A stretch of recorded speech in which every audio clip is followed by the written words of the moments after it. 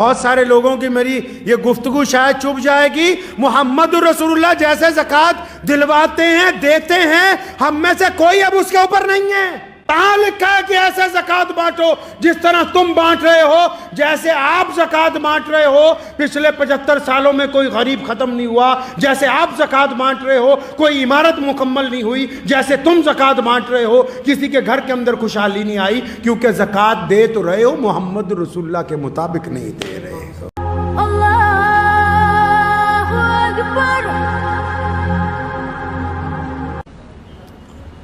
بہت سارے لوگ یہ سمجھتے ہیں کہ رمضان میں زکوٰۃ دینی ضروری ہے، جبکہ زکوٰۃ کے لیے حکم ہے کہ جب وہ ایسا مال جو آپ کی ضروریات سے زیادہ ہو، جب اس پر 1 سال گزر جائے تو اس میں سے 2.5% نکال کے اللہ کے راستے کے اندر دے دیا جائے۔ زکوٰۃ کے متعلق اگر ہم غور کریں تو اللہ تبارک و تعالیٰ نے قرآن پاک میں زکوٰۃ کے جو معنی، زکوٰۃ کا جو مفہوم، زکوٰۃ کی جو وجوہات بیان کی ہیں، اور نبی علیہ السلام نے جو ہماری تربیت فرمائی زکوٰۃ کے معاملے میں، تو ہم تو اس زکوٰۃ کو بہت پیچھے چھوڑ آئے ہیں۔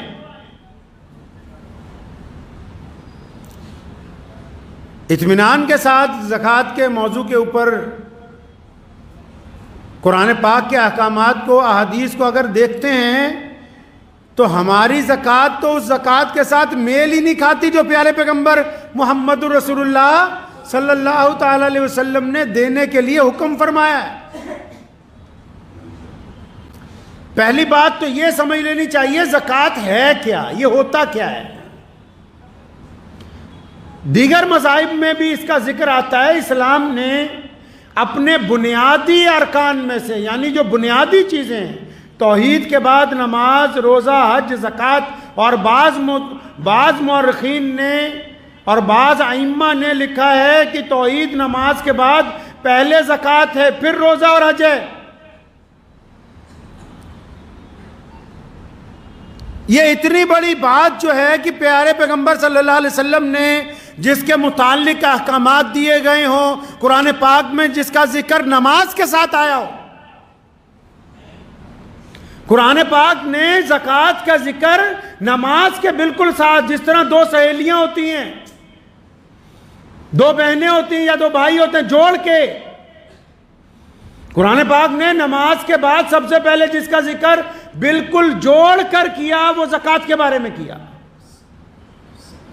اب زکوٰۃ ہے کیا، زکوٰۃ دینی کس کو ہے، زکوٰۃ دینی کیسے ہے، زکوٰۃ دینے کی وجہ کیا ہے، زکوٰۃ بنائی کیوں گئی، زکوٰۃ کا معنی کیا ہے، یہ کچھ پتہ نہیں۔ بس ہم نے اپنی مرضی، کیونکہ نعوذ باللہ ہر جگہ تھوپ رکھی ہے، ہمارے نام نہاد اسلام جو ہم نے بنایا، جس نے مسلمانوں کے وجود کے لیے خطرہ کھڑا کر دیا، جس نے مسلمانوں کے نام کو خراب کر دیا، جس نے مسلمانوں کی اجتماعیت کو نقصان پہنچایا، وہ نام نہاد اسلام جو ہمارے ملاؤں نے، ہمارے بڑے بڑے چودھریوں نے، ہمارے بڑے بڑے جھوٹے دیندار طبقے نے تیار کر کے رکھا، ہم نے اس کو سمجھا کہ بس یہی اسلام ہے جی۔ زکوٰۃ کے متعلق اگر آپ پیارے پیغمبر محمد رسول اللہ کے حکم پہ آ جائیں گے، پیارے اللہ تبارک و تعالیٰ کے حکم کے اوپر آ جائیں گے، تو مجھے یوں محسوس ہوتا ہے جیسے آدھی دنیا کے دانشور آپ کے خلاف ہو جائیں کہ یہ کیا باتیں کرتے ہو کہ زکوٰۃ ایسے دینی ہے۔ تو ہم تو چاہتے ہی نہیں کہ لوگوں کو بتائیں کہ زکوٰۃ ہے کیا، زکوٰۃ بنائی کیوں، زکوٰۃ کا مفہوم کیا ہے، زکوٰۃ دی کیوں جاتی ہے۔ نہیں، بس ہمیں اتنا پتہ ہے کہ رمضان آ جائے زکوٰۃ لاؤ، صدقہ لاؤ، فطرہ لاؤ، اور یہ پتہ ہی نہیں کہ یہ بنایا کیوں ہے۔ بنٹا دھار کر دیا سارے کا سارا۔ ایک ہوتا ہے نا نمبر رونگ مل جائے، یا تو پوری ایکسچینج ہی پٹھی جگہ لگا دی لے جا کے۔ سارے سسٹم کا نظام اپنی من مرضی کے ساتھ۔ قرآن پاک نے نماز کے ساتھ زکوٰۃ کا حکم دیا، کیونکہ حکم ہوا کہ نماز کے ذریعے رب راضی کرنا ہے اور مال کے ذریعے رب کے بندوں کو راضی کرنا ہے۔ نماز سے اللہ کو راضی کرنا ہے، اور نماز کے بعد جو اللہ نے ہمیں دولت دی ہے اس کو خرچ کر کے اللہ کے بندوں کے دلوں کو راحت پہنچانی ہے۔ فرمایا تاکہ تمہارا مال پاک ہو جائے۔ مال کو پاک کرنے کی بات کیوں کہی؟ زکوٰۃ کے ذریعے مال کیوں پاک ہو جائے؟ کیونکہ امت محمدیہ صلی اللہ علیہ وسلم میں پیارے پیغمبر نے فرمایا، حدیث کا مفہوم ہے، فرمایا ہر ایک امت میں ایک فتنہ ہوتا ہے، میری امت کا فتنہ مال ہے۔ اب 3 نیتوں کے علاوہ بندہ اگر پیسے کماتا ہے تو پیسہ خراب ہے۔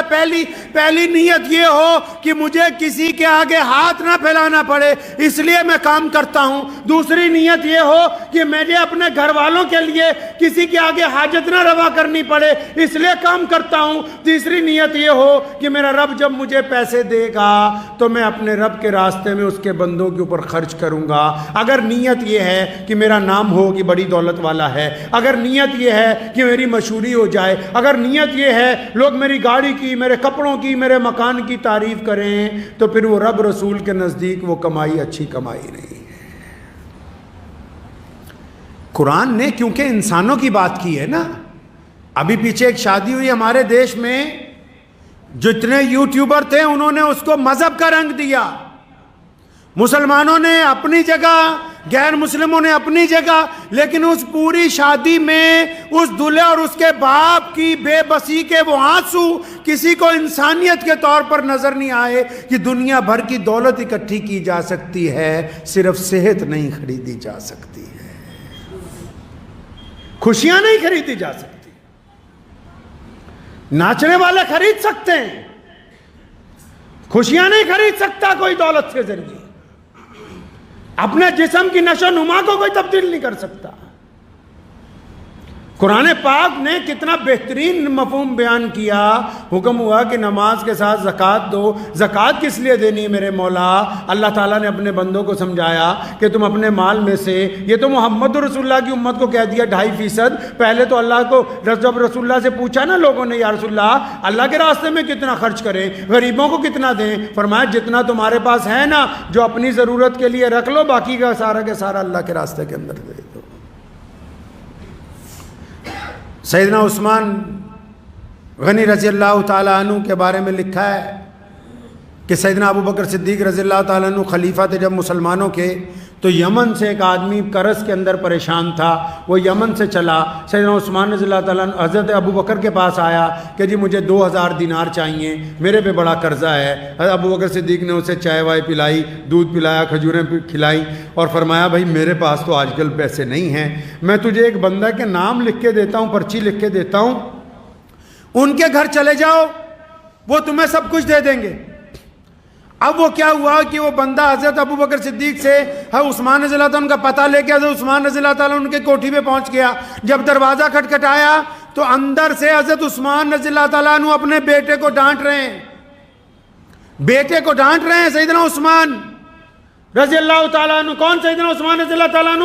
جن کے آج بھی مدینہ منورہ میں سب سے زیادہ کاروبار ہیں، جن کے بینک اکاؤنٹ آج بھی سب سے زیادہ ہیں، جن کی مالیت آج بھی سب سے زیادہ کمائی ہوتی ہے، جن کے مال سے آج بھی پوری دنیا میں سب سے زیادہ غریب ملکوں کے اندر لوگوں کو کھانا کھلایا جاتا ہے، وہ عثمان رضی اللہ تعالیٰ عنہ۔ اور جب دروازہ کھٹکھٹایا نا تو عثمان رضی اللہ تعالیٰ عنہ اندر اپنے بیٹے کو کیا ڈانٹ رہے ہیں، اپنے صاحبزادے کو؟ فرمایا تو اتنا فضول خرچ ہو گیا ہے کہ تو دودھ کے اندر شہد کا چمچ ملا کے پیتا ہے۔ دودھ تو اللہ نے میٹھا ہی بنایا ہے اور شہد بھی میٹھا، تو اتنے پیسوں کی بربادی مچا رکھی ہے، یا تو دودھ پی لیتا یا شہد کا چمچ کھا لیتا، اتنی بربادی۔ اب یہ جو بندہ آیا تھا 2000 دینار مانگنے، اب اس نے جب بات سنی تو یہ تو پریشان ہو گیا، کہتا مجھے خلیفہ نے کس کے گھر بھیج دیا، یہ تو اتنے کنجوس ہیں، دودھ اور شہد پہ اپنے بیٹے کو ڈانٹ رہے ہیں۔ بڑے لوگ بڑے ہوتے ہیں، بڑوں کی باتیں بڑی ہوتی ہیں۔ بڑا وہ نہیں ہوتا جو اکڑ کے چلتا ہے، بڑا وہ ہوتا ہے جو جھک کے ملتا ہے۔ پہلی بات سیدنا عثمان رضی اللہ عنہ نے دروازہ کھولا، پہلی بات، جو بڑے ہوتے ہیں ان کی باتیں ہی نرالی، پہلی بات کہا میرے بھائی مجھے اللہ کے واسطے معاف کر دینا، میں نے تمہاری آواز تو سن لی تھی لیکن بچوں کو کچھ سمجھا رہا تھا، اس لیے تمہیں انتظار کرنا پڑا، اس بات کے لیے معافی چاہتا ہوں۔ اور اس کو پھر اپنے ڈرائنگ روم میں بٹھایا، جس کو بیٹھک کہتے ہو آپ، بیٹھک میں بٹھایا تو نوکر کو بلایا، فرمایا مہمان آیا ہے، دودھ لاؤ شہد ڈال کے، کھجوروں کا حلوہ منگوایا اس کے لیے، اور گھر میں جو کچھ مہمانوں کے آگے ایک رئیس آدمی پیش کر سکتا ہے وہ ساری چیزیں پیش کی۔ وہ بڑا حیران ہوا، کہتا ہے یار ابھی تو دروازے پہ اپنے بیٹے کو ڈانٹ رہے تھے کہ تو نے فضول خرچی مچا رکھی ہے، اب میرے آگے تو اتنی چیزیں رکھ دی۔ ابھی وہ ناشتہ واشتہ کر ہی رہا تھا تو اتنی دیر میں حضرت عثمان رضی اللہ عنہ کو کچھ کہنا چاہا، فرمایا کوئی بات نہیں، اپنے غلام کو بلایا، فرمایا وہ جو مہمان کے لیے ہم نے اونٹ تیار کروایا وہ لاؤ۔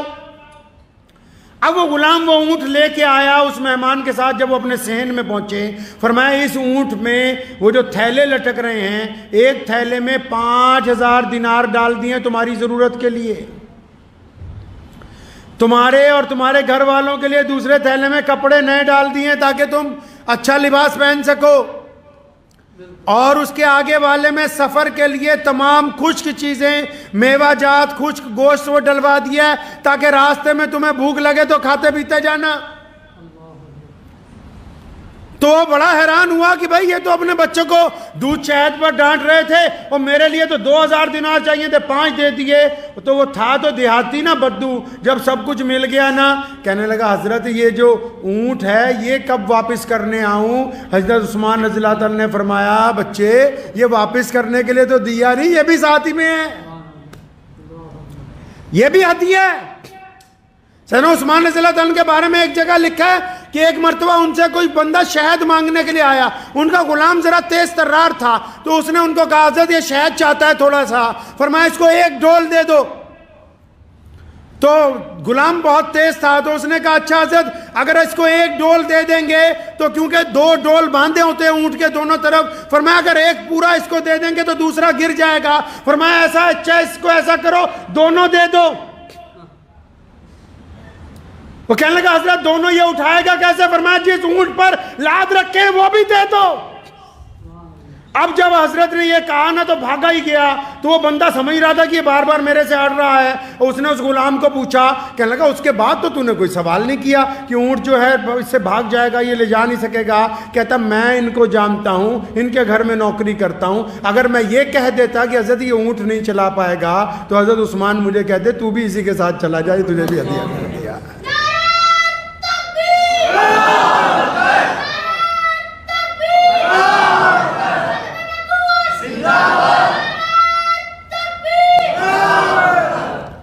تو زکوٰۃ جو تھی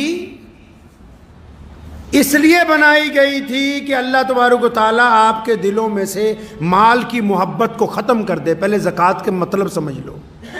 زکوٰۃ اس لیے بنائی کہ آپ بھی دوسرے کے درد کو محسوس کر سکیں، آپ غریب آدمی کی تکلیف میں اس کے حصے دار بن جائیں، آپ مظلوم کی مدد کرنے والے ہوں، آپ جن کا کاروبار ٹھپ ہو گیا ان کے ساتھ کاندھے سے کاندھا ملانے والے ہوں۔ زکوٰۃ اس لیے تھوڑی بنائی کہ آپ بیٹھ جاؤ اپنی دکان کے اوپر اور 100 روپے سب کو بانٹتے جاؤ اور وہ بھی آنے والا کہے حضرت اگلے سال میرا خیال رکھنا، اس نے بھی ارادہ کر رکھا ہے ساری زندگی مانگنے کا، تو نے بھی ارادہ کر رکھا ہے بیوقوفی کے ساتھ بانٹنے کا۔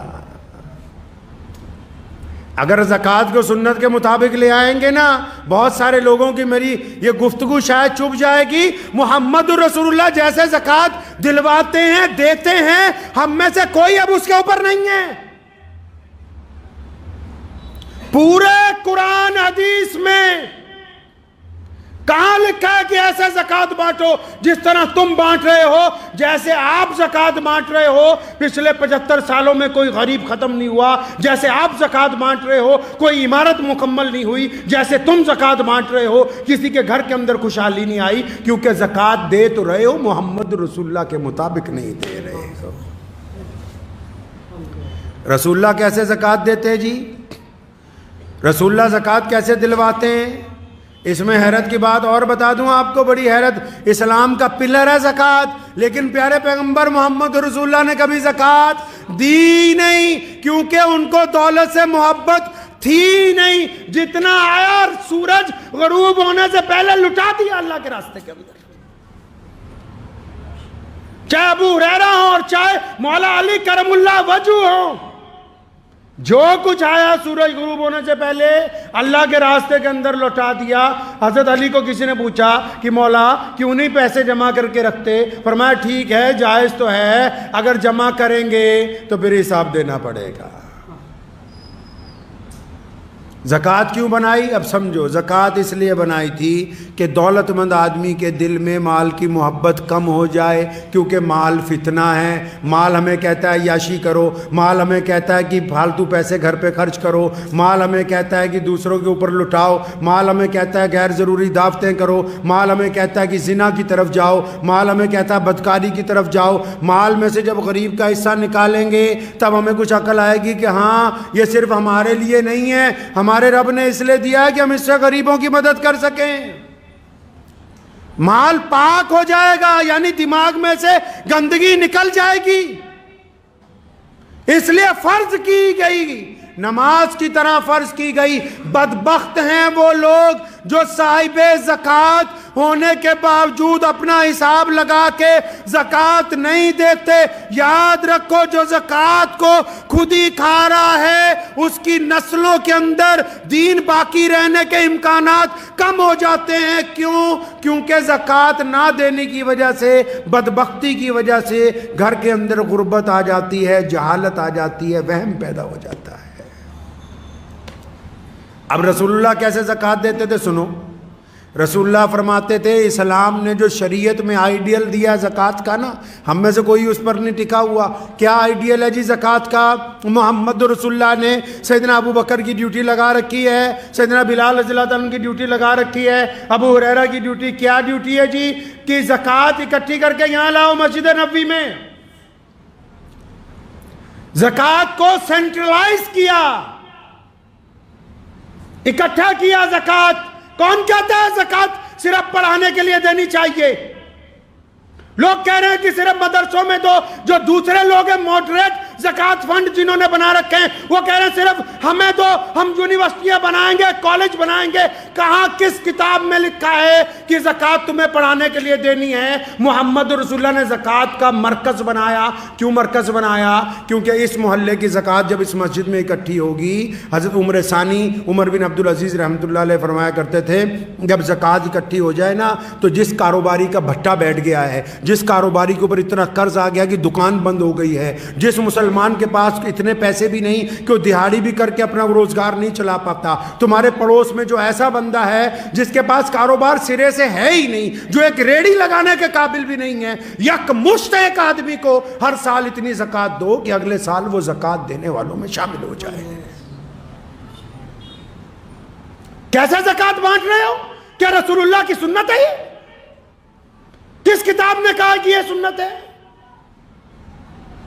زکوٰۃ اس لیے بنائی گئی تھی کہ لوگوں کو غربت سے اٹھانے اور دی ہے۔ سیدنا ابو بکر سے لے کے خلفائے راشدین نے، عمر بن عبدالعزیز رحمۃ اللہ علیہ تک اتنا زکوٰۃ کا سینٹرلائز مسلمانوں نے کیا، اتنی مرکزیت زکوٰۃ کی بنائی کہ آخر ایک وقت آ گیا، خلیفہ کے پاس زکوٰۃ بچ گئی کئی کروڑ روپے، اٹھا کے شام بھیجی۔ شام کے گورنر نے چٹھی لکھ کے واپس بھیجی کہ حضرت ہمارے یہاں تو کوئی زکوٰۃ لینے والا نہیں۔ پھر زکوٰۃ اکٹھی کر کے یمن بھیجی، یمن کے گورنر نے چٹھی لکھ کے بھیجی ہمارے یہاں تو کوئی زکوٰۃ لینے والا نہیں۔ پھر زکوٰۃ اکٹھی کر کے افریقہ بھیجی، اس نے کہا جی ہمارے یہاں تو کوئی کیوں؟ کیونکہ زکوٰۃ کو ہر سال انہوں نے مرکزیت بنا کے اپنے علاقے میں سے غربت کو دور کی۔ معاف کرنا، آج کے لوگ غربت کو قائم رکھنا چاہتے ہیں، یہ زکوٰۃ کو تماشبینی کی طرح دینا چاہتے ہیں، یہ غربت نہیں دور کرنا چاہتے، یہ اپنا نام و نہاد چاہتے ہیں۔ یہ جتنے بڑے بڑے چودھریوں کے پاس، گستاخی کی معافی سے کہہ رہا ہوں، جو بڑے بڑے ادارے بھی بن گئے نا، ان کے اپنے مولوی بھوکے مر رہے ہیں، قرض میں ڈوبے ہوئے ہیں، سود پہ پیسے لے لے کے مرنے کے لیے تیار ہیں، خودکشیاں کر رہے ہیں،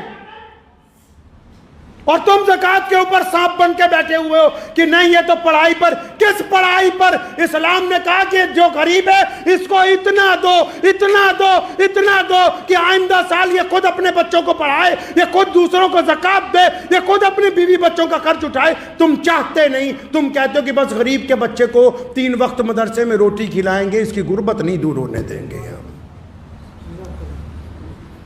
زکوٰۃ کا تماشا، کھیل بنا دیا زکوٰۃ کو. ارے اس حد تک گر گئے ہیں ہم تو. فطرہ رکھا تھا اس لیے کہ چلو روزے کا کفارہ ادا ہو جائے گا, کسی غریب کی جھولی میں کچھ چل جائے گا. ایتھے تا عید آن تو پہلے ہی فطرہ کھچ کے لے جانے ہیں کہ کسی غریب کے منہ میں نہ ڈال دے, بھیا یہ ہمارے پاس پہنچا دے بس. آپ یہ دیکھیں کہ جس دین کا پوری دنیا میں چرچا ہے, جس دین کا نظام کائنات میں سب سے اعلیٰ ہے, جس دین کے خلاف دشمن اس طرح سازشیں کرتا ہے, روکنا کیسے؟ اس دین میں عبادت کے ساتھ مال کی ادائیگی اس حساب سے رکھی گئی تھی کہ تمہاری صفوں میں کوئی غریب نہ رہے, تمہاری صفوں میں کوئی محتاج نہ رہے, تمہاری صفوں میں کوئی ضرورت مند نہ رہے, تمہاری صفوں کے اندر کوئی مانگنے والا باقی نہ رہے. ہم نے اس نظام کو چھوڑ دیا. ہم نے سوچا صرف نماز پڑھنی ضروری ہے, زکوٰۃ تو ہم ایک ایک روپیہ کر کے بانٹیں گے. تمہارا سکا بھائی غریب ہے, سکی بہن غریب ہے, تمہارا چچا غریب ہے, تمہارا تایا غریب ہے, تمہارا ماموں غریب ہے, تو اسے زکوٰۃ دینے کے لیے تیار نہیں ہے کہ ایک سال کی اکٹھی زکوٰۃ 2-4 لاکھ اس کو دے دوں, یہ سنبھل جائے. نہیں, تو کہہ رہا ہے جی میں 2-2 ہزار کر کے بانٹوں گا. اللہ اکبر. یہ زکوٰۃ کا نظام اسلام کے اندر تمہیں سمجھایا کس نے؟ اور زکوٰۃ تو یہ صرف وہ فرض ہے جو مالداروں پہ دینی ہے. اس کے بعد بھی قرآن نے کہا کہ جو دینا اللہ کے راستے میں اور دو, رکو نہیں, اللہ سے کاروبار کرو, رکو نہیں اللہ کے راستے کے اندر مال خرچ کرنے سے. ہم نے زکوٰۃ کے ساتھ کیا کر دیا؟ ہم نے کیا کر دیا زکوٰۃ کے ساتھ؟ بہت سارے تو ایسے ہو گئے کہ جی زکوٰۃ دینے کی ضرورت ہی نہیں ہے. عام سے محاورے کے ساتھ سمجھ لیجئے, آپ کے کوئی جسم پر زخم ہو گیا, آپ ڈاکٹر کے پاس چلے گئے, ڈاکٹر نے کہا چیرا لگائیں گے تو یہ 2-3% خون جو ہے 2-4 قطرے خون کے نکل جائیں گے تو یہ آپ کا زخم ٹھیک ہو جائے گا. تو آپ ڈاکٹر کو کہا کیوں؟ میں تو اپنے 2.5 قطرے خون کے نہیں دے سکتا ہوں کیونکہ جسم بھی میرا, خون بھی میرا. ڈاکٹر کہتا چلو کوئی بات نہیں. اب 2 مہینے بعد گئے تو پورا پیر ہی خراب ہو گیا. ڈاکٹر نے کہا جی پیر کاٹنا پڑے گا تو باقی جسم بچ جائے گا. نہیں جی پیر بھی میرا, ہڈی بھی میری, میں تو نہیں کٹواتا. کرتے کرتے اس زخم کی وجہ سے موت آ گئی. یہی زکوٰۃ ہے, دیسی زبان میں سمجھ لو. اللہ نے کہا مال کو پاک کر لو, دوسروں کی ضرورت کو سمجھ لو. ہم نے کہا 2.5% نہیں دینی, مت دو. نہ دینے کی وجہ سے مال کم ہونا شروع ہو جائے گا, نہ دینے کی وجہ سے نقصان شروع ہوگا, نہ دینے کی وجہ سے نحوست شروع ہوگی. کرتے کرتے جو 2.5% دینے سے برکت آنی تھی اس سے بھی چلے گئے. بڑی بڑی فیکٹریوں کو تالے لگ گئے ہیں مسلمانوں کی, جو کل تک یہ کہتے تھے کہ زکوٰۃ دینے کی ضرورت نہیں ہے, آج سڑکوں پہ بیٹھے ہوئے بھیک مانگ رہے ہیں لوگوں کے سامنے. اس لیے ذہن نشین کر لیں. میرا مقصد آج کے بیان کا یہ نہیں ہے کہ آپ مدرسے والوں کو اور لوگوں کو مت دیں, لیکن زکوٰۃ کو کم از کم اپنے محلے میں تو مرکزیت بناؤ. جتنے آنے والے ہیں ان کو بھی کچھ دو, لیکن جو تمہارے پڑوسی غریب ہیں ان کو تو صاحب نصاب بنا دو. جن بچوں کے ماں باپ غریب ہیں ان کو تو صاحب نصاب بناؤ. جن کے گھروں کے اندر ضرورت ہے ان تک تو مال پہنچاؤ. جو زکوٰۃ کے مقصد تھا کہ ہم نے معاشرے میں سے, سسٹم میں سے, سماج میں سے غربت کو دور کرنا ہے, آپ نے زکوٰۃ کے اس نظام کو چھوڑ دیا. آپ دوسری طرف چلے گئے, آپ زکوٰۃ کو 1-1 روپیہ کر کے بانٹنے لگے. یہ زکوٰۃ کی ادائیگی نہیں ہے. اور بھی سن لو, بیپاریوں کو بھی سنا دوں درمیان میں. کئی ایسے ہیں اڑ جاتے ہیں, نہیں جی میں تو زکوٰۃ میں کپڑا دوں گا, نہیں جی میں تو زکوٰۃ میں چاول دوں گا. ایک بات بتاؤ, کسی کے گھر میں ماں بیمار ہو اور تم کہو جی میں تو زکوٰۃ میں بکرا دوں گا, اس بکرے کو تو ذبح کرانے کے پیسے نہیں ہیں اس کے پاس. آپ کو جی زکوٰۃ میں تو میں کپڑے دوں گا, اس کے بچوں کی فیس چاہیے, وہ تو کپڑا اس مول میں بیچ نہیں سکتا. اللہ نیتوں کو جانتا ہے. اپنے کنڈم مال کے ذریعے زکوٰۃ دینا چاہتے ہو, اپنے بیکار مال کے ذریعے زکوٰۃ دینا چاہتے ہو, اپنے اس مال کے ذریعے جو تم یہ سمجھتے ہو کہ بک نہیں سکتا, یہ تم سمجھتے ہو کہ تم نے زکوٰۃ دے دی, تم دنیا والوں کو دھوکہ دے سکتے ہو, اللہ کو دھوکہ نہیں دے سکتے. اللہ کو نہیں دھوکہ دے سکتے. اسلام کے اس رکن کو سمجھیے کہ جس کو نماز کے ساتھ جوڑ کر بیان کیا گیا. یہ تو بڑا آفاقی نظام ہے, بڑا خوشی کا معاملہ ہے, استقامت کی بات ہے کہ ہم غربت دور کرنے کے لیے تیار ہیں. یہ ہم نے کیا کر دیا زکوٰۃ کے ساتھ, اور کنجوس بن گئے. بھلے شاہ نے کیا نا کہ محلہ والے سخی نہیں ہوندے, ਮਾਲਾਂ ਵਾਲੇ ਸਖੀ ਨਹੀਂ ਹੁੰਦੇ, ਸਖੀਆਂ ਕੋਲ ਮਾਲ ਨਹੀਂ ਹੁੰਦੇ। ਮਾਲਾਂ ਵਾਲੇ ਸਖੀ ਨਹੀਂ ਹੁੰਦੇ, ਸਖੀਆਂ ਕੋਲ ਮਾਲ ਨਹੀਂ ਹੁੰਦੇ। ਇੱਥੇ ਉੱਥੇ ਦੋਨੋਂ ਜਹਾਂ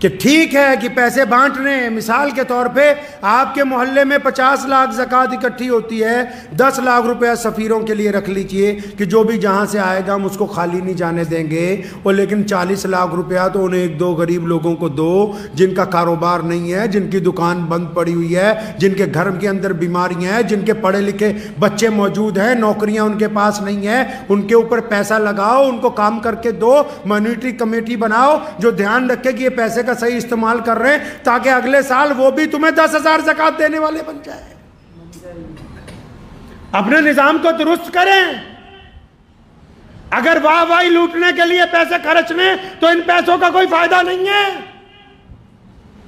بہت بڑے بڑے ہمارے چودھریوں کو تکلیف ہو گئی ہے یہ کہ جی ہماری واہ واہی ہو جائے, ہم نے یہ کر دیا. ارے مرنے کے بعد اس اولاد نے دعا بھی ڈھنگ سے نہیں کرنی.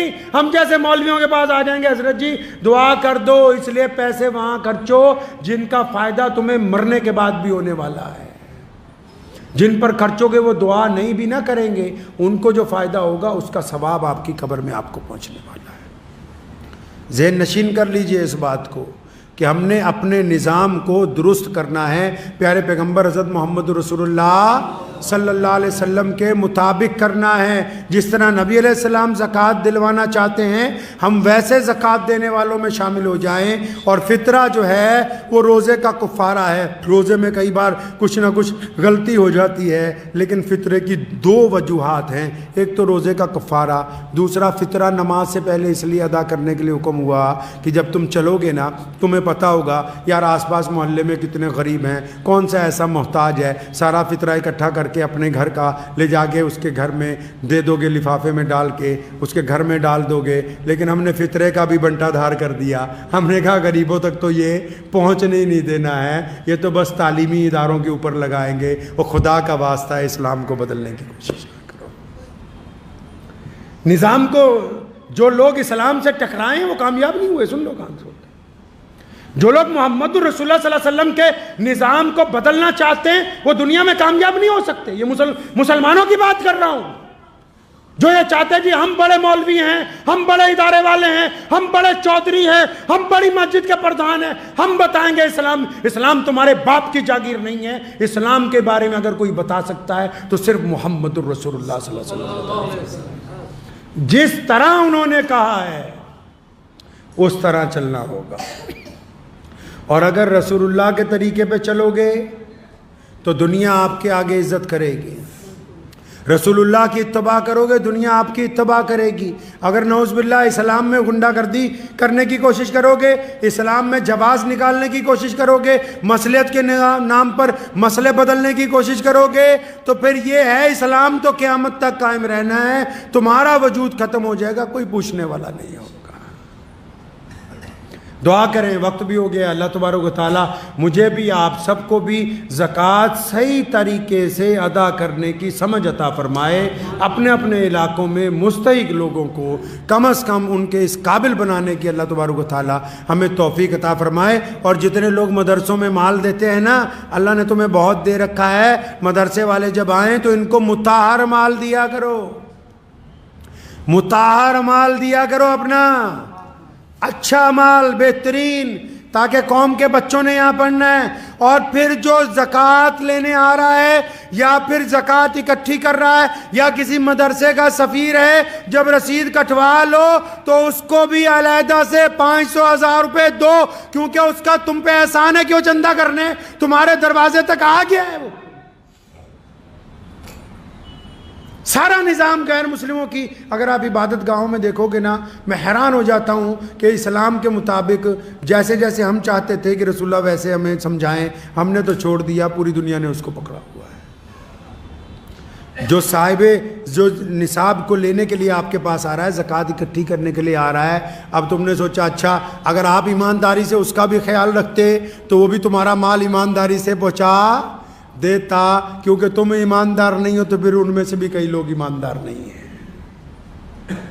خدا کے واسطے اسلام سے کھلواڑ نہ کیجئے, اتنی پریشانیاں سر پر کھڑی ہیں، اتنے مقابلے ہیں، اتنے چیلنجز ہیں، صرف کرنا کیا ہے؟ رسول اللہ کی اتباع کرنی ہے، رسول اللہ کے حکم کے مطابق توحید پر چلنا ہے، رسول اللہ کے کہنے کے مطابق نماز پڑھنی ہے، رسول اللہ کے کہنے کے مطابق زکوٰۃ دینی ہے، رسول اللہ کے کہنے کے مطابق روزہ رکھنا ہے، رسول اللہ کے کہنے کے متعلق حج کرنا ہے۔ صرف رسول اللہ کے کہنے پر چل جاتے تو عزتیں ہمارے قدموں میں ہوتی، ہم نے اپنے اپنے تھوڑے تھوڑے مفاد کے لیے نعوذ باللہ صلی اللہ علیہ وسلم کے احکامات کو چھوڑا۔ جب ان کو چھوڑا تو ہم کہیں کے نہیں رہے، دنیا نے ہمیں چھوڑ دیا ہے۔ دعا کریں اللہ تبارک و تعالیٰ اس پر عمل کی توفیق عطا فرمائے۔ وآخر دعوانا ان الحمد للہ رب العالمین۔